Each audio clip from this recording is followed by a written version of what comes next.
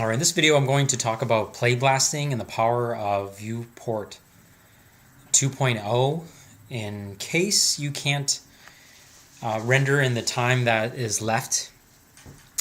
This is kind of the SOS, Mayday, 911, I can't render this thing out.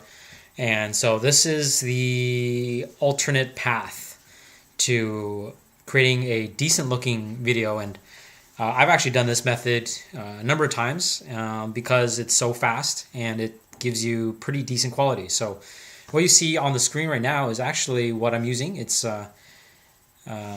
using the renderer. It's called Viewport 2.0. I hit the option box and this is the settings that comes up. In order to pull this up, you have to hit 7 on the keyboard. So you know there's 4, and my laptop is not that good, so it's not going to respond that well to this. The different settings, but you can see here that the quality of the image that it creates is kind of game-like, and it may work for you, but you can ramp up some of the settings to get the best results, and then you play blast it, and you end up with a pretty decent, like I said, pretty decent looking rendering. And so you have to turn off the camera name, and we'll talk about that in a minute, along with like this axis point and the grid, things like that. But let's talk about the renderer 2.0 settings first. The light limit, all this stuff is default. You could try to put this up a little higher, but I don't really know what you do here. I had to clamp the texture resolution because my laptop, even though it's an i7 and decent video card, has got some problems with it. So you may want to check this, and you should be able to uncheck this since you are using the computers in VAB. You should have pretty decent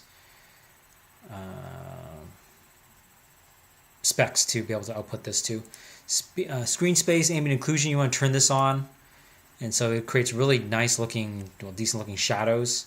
There's motion blur here too, which you can also enable. If you end up having errors with this, then you turn that off again. It all depends on the video card, and I haven't had a chance to test the ones in VAB. And then you got anti-aliasing. You don't really have wireframe, so you probably don't need to turn that on. Or this multi-sampling, but again, it all depends on whether you are using wireframe or not. Looks like I've got a crash here, possibly. Let's see here. So again, my computer's really slow, even though I got this last year from the university. It's really slow. Okay, so let's assume that everything is looking okay before this thing crashes. Let's go ahead and turn off some of the stuff here. So it says show. You can pretty much turn off and show none, and then turn on, well, I guess it doesn't really help here, but you will want to turn on polygons. It's not going to show there. And then you want to turn off manipulators, and you want to turn off HUD, and that should be all. So this stuff should disappear. If it doesn't, then we'll have to go to Windows, or sorry, Display, and go to Heads-Up Display and turn off our view axis, which should turn this off, hopefully. Let's see what else there is here. Display. Camera names as well.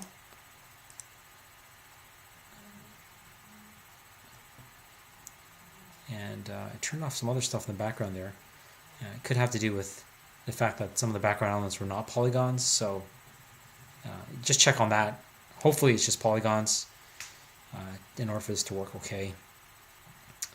To review, let's right click and look at play blast options.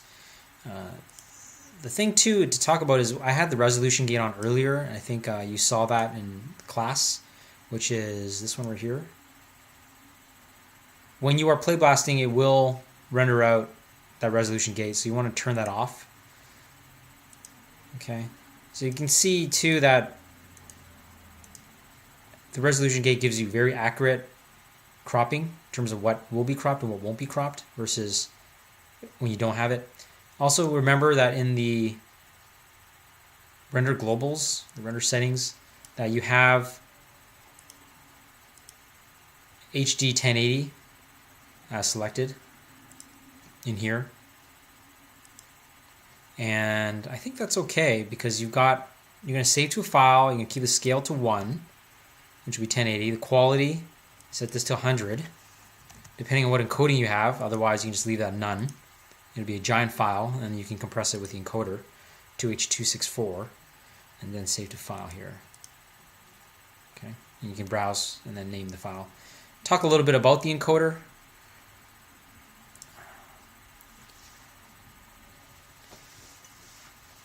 While this is loading,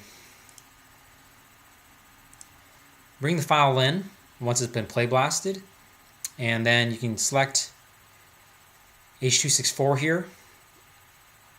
Okay, and it should be match source, and it should be 10 here for target bit rate, and it should give you a file size. And I think that would be just good enough. And then hit the play button, and it should be done. When you play blast, it will take a little bit longer, but it won't take nearly as long as if you were to render this out frame by frame.